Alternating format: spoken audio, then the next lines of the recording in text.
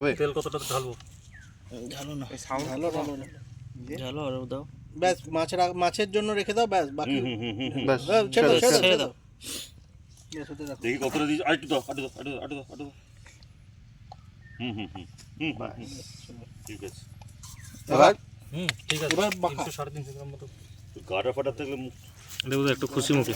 গাটা রেখে বয় আর কিছু বাদ পড়লো না তো? না, দেখে না। কি হলো তোর এখনই জিভ দিয়ে জল গড়াচ্ছে? তোকে টমেটো দেবো বলছিস কি? হ্যাঁ দিয়ে দাও, একটু জুস হবে। টমেটো কোথায়? টমেটো দিয়ে দাও কয়েক। 4টে টমেটো 4 টুকরা করে দিয়ে দাও। 4টে টমেটো? এই যে বললি টমেটো লাগবে না, ওই তো বলছে দিয়ে দিতে। এটা ধুয়ে না না? টমেটো ধোয়া আছে? হ্যাঁ সব ধোয়া আছে, ধোয়া? সব ধোয়া আছে। ধোয়াধুয়ির পর্ব আগে সেরে নি। আমি জল সাপ্লাই দিচ্ছি, আমি ওইসব রান্না ফান্না করতে পারি না। হ্যাঁ ঠিক আছে, কাজ ভাগ করে নিলে কোনো অসুবিধা নেই।